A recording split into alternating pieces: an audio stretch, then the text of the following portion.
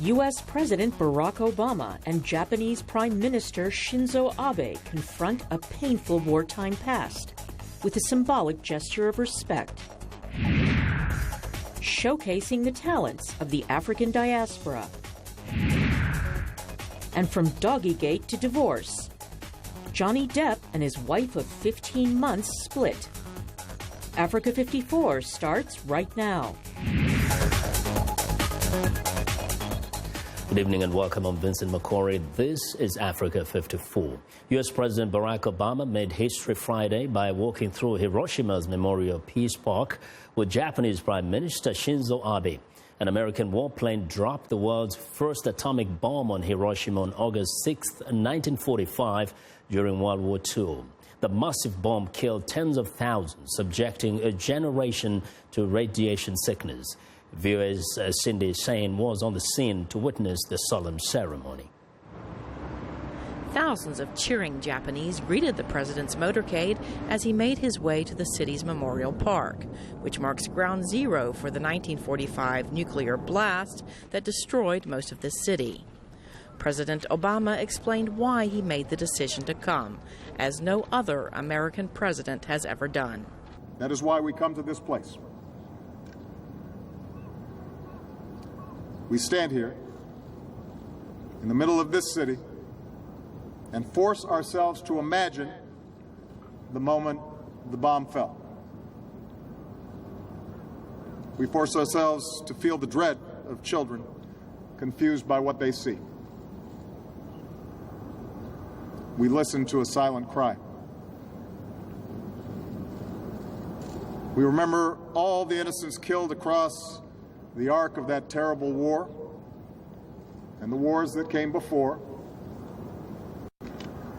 and the wars that would follow. This was once a very different place, left in rubble and ruin at the end of World War II. Now, Hiroshima is again a bustling port city filled with life. But painful memories linger. The president met with two survivors of the bombings and their families. President Obama says while the past cannot be forgotten, the memories can and have helped forge a better future. The world was forever changed here. But today,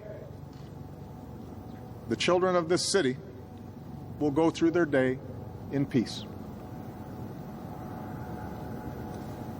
What a precious thing that is. It is worth protecting and then extending to every child. That is the future we can choose.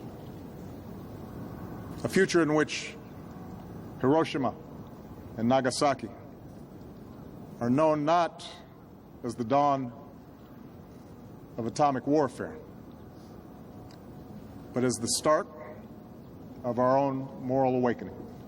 Obama and Japanese Prime Minister Shinzo Abe also laid a wreath in remembrance of the tens of thousands who died in the blast and the millions who died during World War II. Hiroshima is the last stop on President Obama's tour of Asia, which also took him to Vietnam and the annual G7 summit. Reconciliation with former enemies seemed to be a common thread of this trip to Vietnam and Japan. Cindy Sain, VOA News, Hiroshima. Nearly 20 people are feared dead after a migrant boat capsized in the Mediterranean Sea off the coast of Libya. Officials say more than 80 people were rescued Thursday in the second such incident in 2 days. The Italian Navy is credited with rescuing hundreds of passengers from an overturned shipwreck, also off Libya's coast. The Italians confirmed that 5 people were found dead. Capsized because, first of all, was overcrowded, was taking in water. There was a leak, so there was a leakage, water going into the hull, and too many people on board that were scared. They were not sitting, they were not listening, they were simply scared for their life. Well, meanwhile, Greek authorities say they have completed the evacuation of Idomeni, the country's biggest informal refugee and migrant camp on the Macedonian border. Greek police say nearly 800 people were transported by bus to official shelters in other parts of northern Greece. Now, for the latest on the migrant crisis, journalist Josephine McKenna joins me live via Skype from Rome. Welcome, Josephine.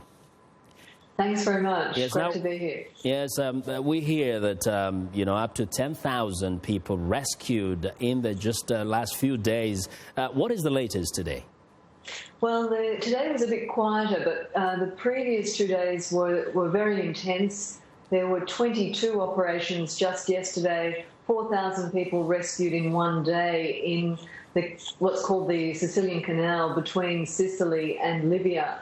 And as you mentioned, Vincent, there were some very dramatic scenes when boats overturned and people panicked in very overcrowded situations. 5 victims on Wednesday and another 20 disappeared yesterday, and probably a lot more that are unaccounted for. Tell us a little bit about unaccompanied children and others who have lost their parents on those boats. There is a lot of concern because we're seeing an increase in the number of children travelling without their parents. Some of them have been victims of these disasters. And one of them that has really captured the hearts of Italians in the last 2 days is a little baby from Nigeria called Favour. She's only 9 months old. Her mother died tragically in one of the disasters this week. She was taken to the island of Lampedusa where she was treated, fed and given some medical treatment. Today she's been flown to Palermo, and there's been this outpouring across Italy from people who want to adopt her. And even the doctor who took care of her on Lampedusa said he was really touched by how affectionate she was, and he wanted to take her home, but he already has some children. So it's going to be interesting to see what happens to her. A very sad case indeed. Yeah. Really touching. Now, very quickly, this wave of migrants trying to cross, of course, is expected to continue. What is the reaction in Italy?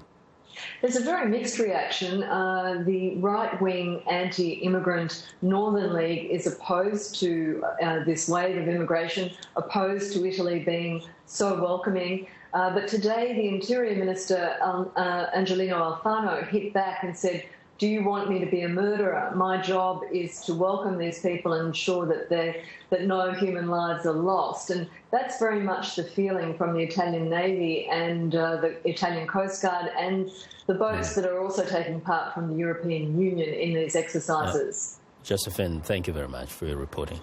Thanks, Vincent. Reporter Josephine McKenna joining us live via Skype from Rome. Now, despite warnings and pleas from the United Nations and Western countries, Kenya says it is not backing down from its plan to close Dadaab, the world's largest refugee camp located in northeastern Kenya. Now, the Kenyan government says Dadaab, which lies near the Somali border, has been used by Islamist militants to launch attacks such as the 2013 Westgate Mall assault in Nairobi.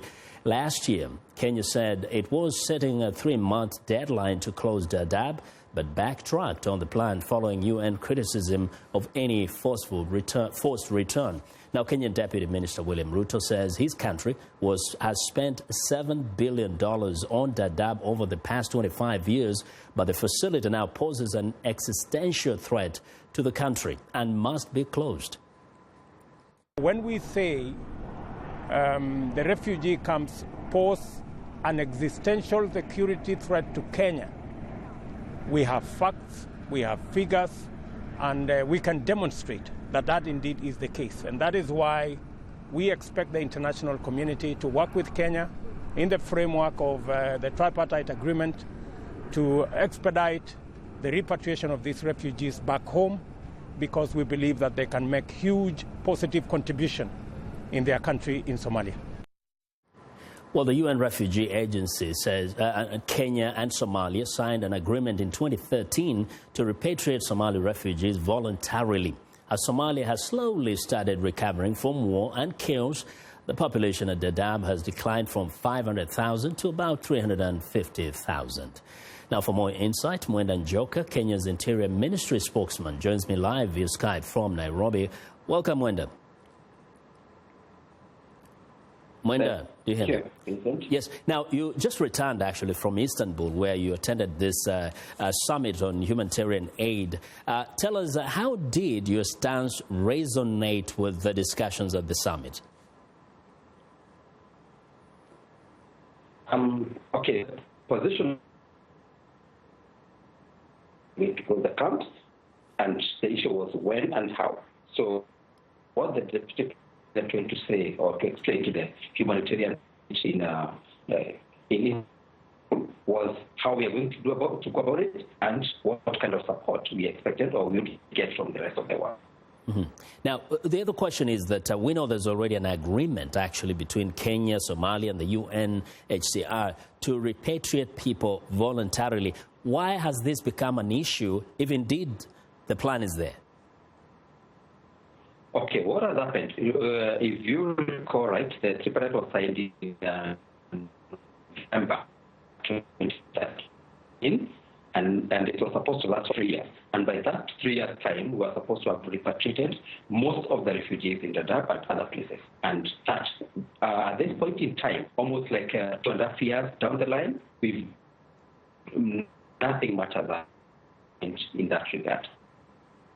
Because of lack of support, because of many other factors. We're not blaming anybody in this, but it hasn't happened. So the government decided in its wisdom to start moving the process forward, to fast-track the process, because at the end of the day, nobody wants to be a refugee for a lifetime. Mm-hmm. You know, we're having trouble with the Skype there, Mwenda. We may have to pick it up perhaps from there next week. Thanks a lot for joining us anyway, and we hope to get to hear more from you in the coming days. Well, Mwenda Njoka is Kenya's Interior Ministry spokesman. He joined us live via Skype from Nairobi.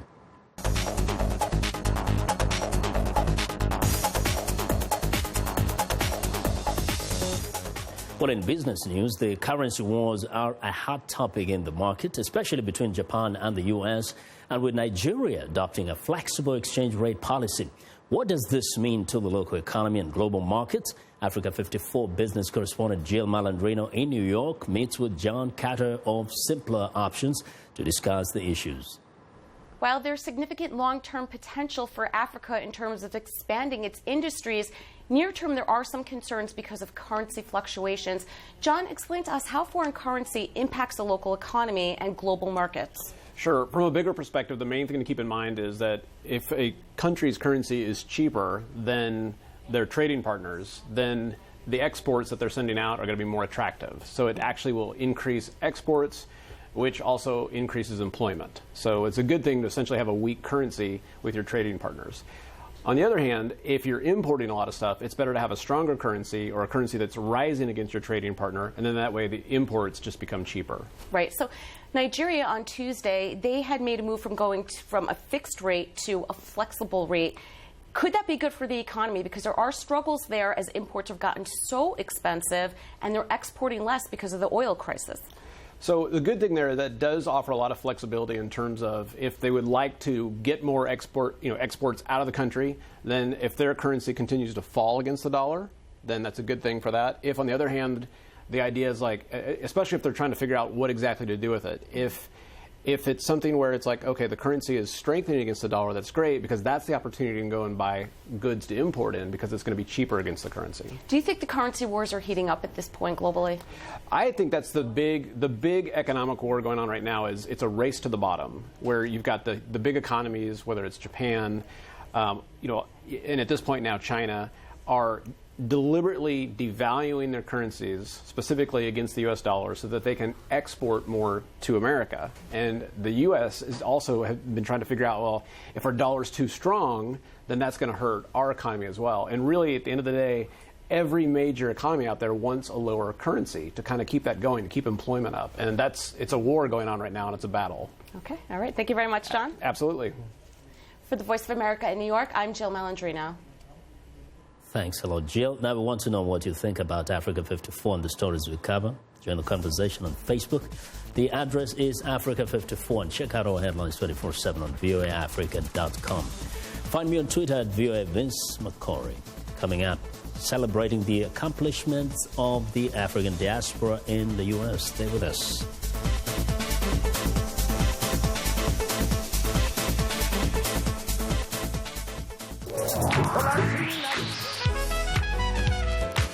I wanted to present music and a side of American culture that is most important to me, that is a part of who I am. They're going to get some incredible performances. That's one of the things I love, bringing these artists in so you can get to see them do what they do. It's soul music, and that's what music is. It's that which comes from the soul.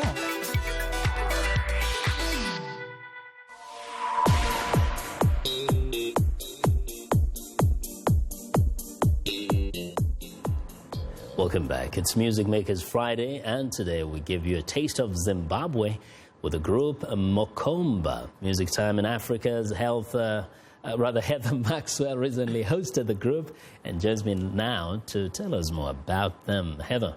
Hi. Welcome. I said Healthy Heather. With us, right? Yeah, that's what you meant to say. You know why. So tell us just a little bit, this group, I'm sure you had a good time with them, right? I had a great time with them. Mokomba is the name of the group. They're from Victoria Falls in Zimbabwe. They've been together since they've been kids. Yeah. The whole 6 of them. Wow, that's cool. And they have one release in 2012. And I've been following them ever since. I really like their music. And they were here in New York first, and then they came through on tour in D.C. So I grabbed them, snatched them, and brought them in the studio. So do they have a name for the song we're going to The watch? song, oh yes, the name of the song is Kumbanda. Kumbanda. Yes, and what they're singing about is they're saying that the young people must listen to elders. Yeah, okay, and that's important. Good coming from young people themselves. They're fairly young. Yes. So let's watch this, Kumbanda.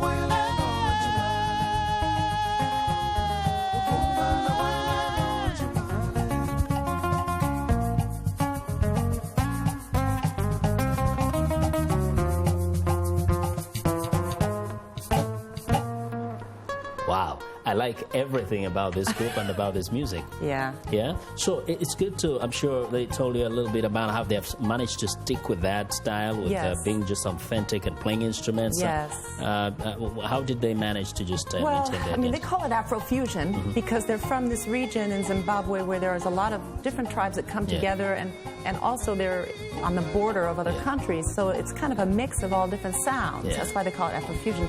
But his singing style is really interesting. He goes into this sort of alternate voice. Yeah. And I asked him about that, and he said that a lot of people in this region sing that way, and they learn it, the men, when they go through the 6-month initiation process. Spend and they your time learn just singing. They learn a lot of things, That's but cool. they also learn these songs, and they learn how to sing in that style. Yeah. So it's really special. I really like them. I hope we can have some more of them in the coming weeks if there's some more that I've got more to share. recorded. Yeah. Eva, thank you very much. Welcome. As always. Well, now to learn more about Heather Maxwell and her VOA radio show, visit Facebook and type in the keywords Music Time in Africa. And you can see what time our program can be heard in your area and get more information about some of our featured artists.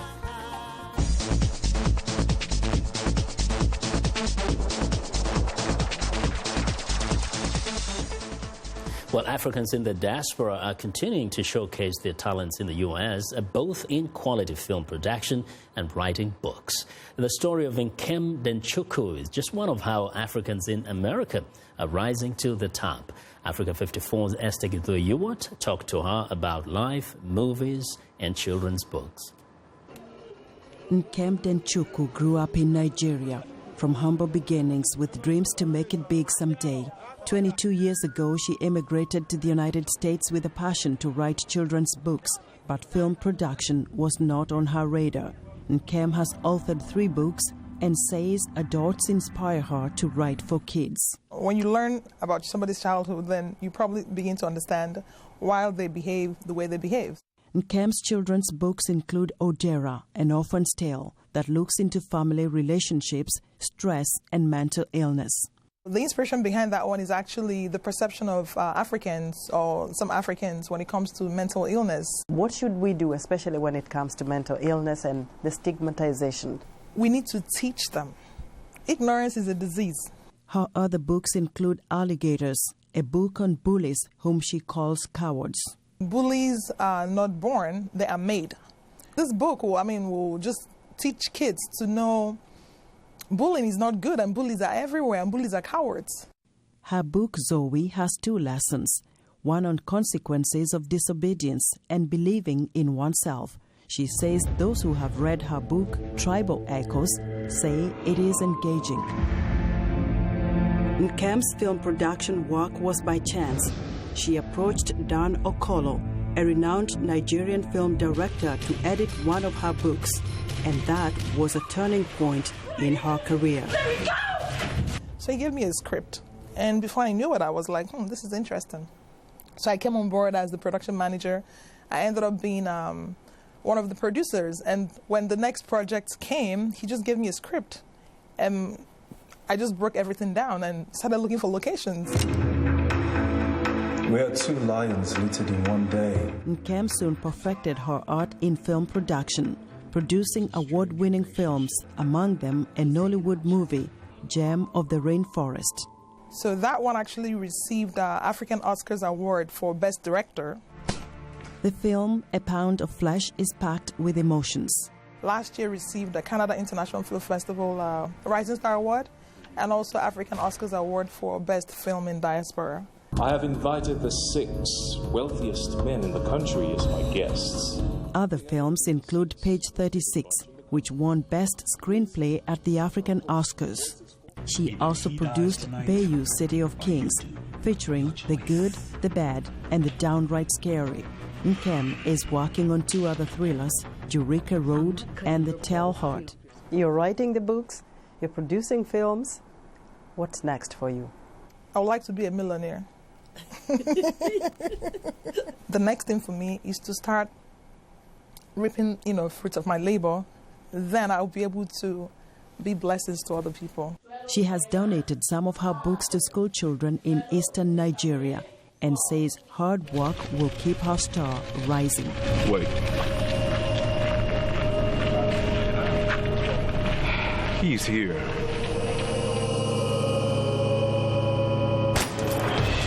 Hello? Esther Githu-Ewart, VOA News, Washington. Well, it's time now for a short break. Still to come on Africa 54. One of Hollywood's biggest stars and his wife of 15 months are calling it quits. We'll be right back.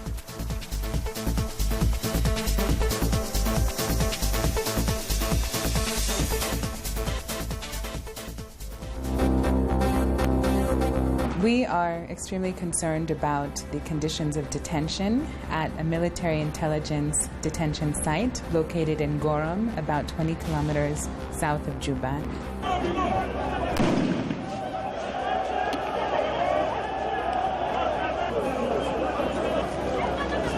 That we might have said something that will ensure that the global community does not allow South Sudan to become a forgotten crisis.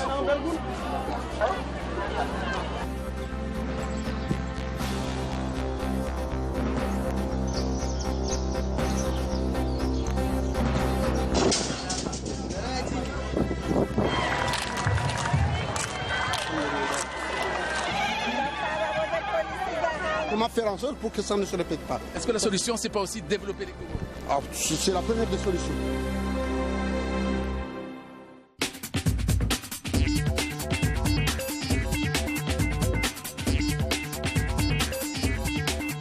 Welcome back to Africa 54. Here's what's trending. It's over. Actor Johnny Depp's wife has filed for divorce, citing irreconcilable differences after 15 months of marriage. Amber Heard is seeking spousal support from the Oscar-nominated actor. The actors had been embroiled in a dispute with Australia's Deputy Prime Minister, who last year threatened to euthanize their dogs, Boo and Pistol, after they were illegally smuggled into the country. The pair videotaped an apology as part of a deal that allowed Heard to avoid a conviction. Depp and Heard met in 2011 on the set of the Ram Diaries. They have no children together. Well, next up, image is everything in Dubai, even when fighting crime. So it's perhaps no surprise that the police in this desert metropolis have access to a fleet of luxury sports cars and SUVs for their patrols. These police cars, however, aren't used for routine law enforcement. Instead, the cars appear for special events across Dubai or cruise areas frequented by tourists. The force's vehicles also include brands like Bugatti, Aston Martin, Lamborghini and Ferrari. Online videos of vehicles have millions of views, and the cars themselves serve as characters in advertisements for Dubai events. Well, and finally,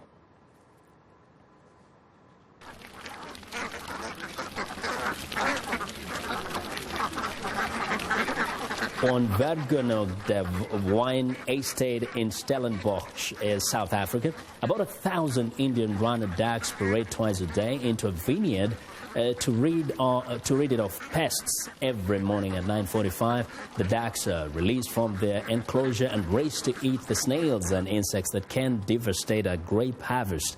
The runner ducks stand upright, giving them the ability to pluck snails from high up on the trunk.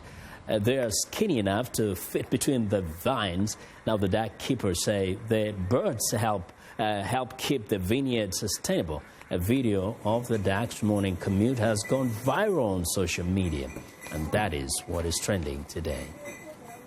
Well, and that's our show for today. Be sure to watch Africa 54 on our website at voaafrica.com. For more news, tune in to VOA's evening radio show, Africa News Tonight at 1800 UTC, and in the mornings today, Break Africa between 0300 and 0600 UTC, Monday through Friday. Thanks a lot for watching from all of us here in Washington.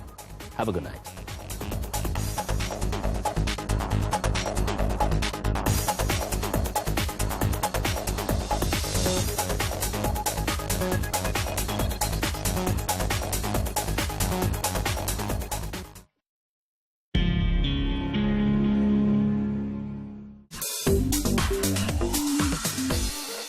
Welcome to English in a Minute. If two people are on the same page in a book, they are reading the same thing. But is that what this idiom really means? On the same page. That restaurant was great, but I hate coming home smelling like cigarette smoke. I hear you.